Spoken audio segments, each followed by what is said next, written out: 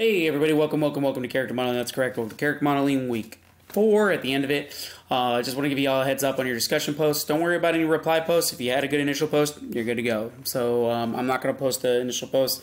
Just want to let you know if you had a good initial post, you're good this week. But we'll go back to replies after week 5. Figured I'd give you a break with that. And that would be good. But figure I'd talk about what to talk about for your assignments and everything and what to go from here. And we talked about eyes earlier in the early part of the week, but this week at the end of the week, we're going to talk about ears. And it's really interesting. Ears are mainly layers, much like an eye.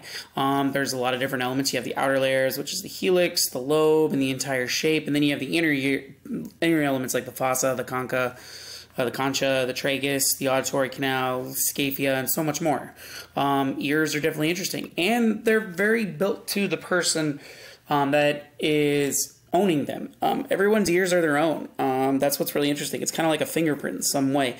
And what's really great about this is you can create them separately and then attach them onto them instead of from the main head. And then you can sew on after. That's what's really great about 3D modeling an ear. Like I said, fingerprints are another version, or ears are another version of a fingerprint.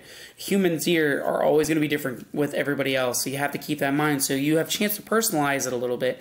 Just don't go too crazy where it doesn't feel as realistic. From a 3D perspective, you can make ears like the characters' personalities, angular for angled features, round for rounded features, and so on. There's a lot of different elements with that. So we already talked about the initial post and the discussion post.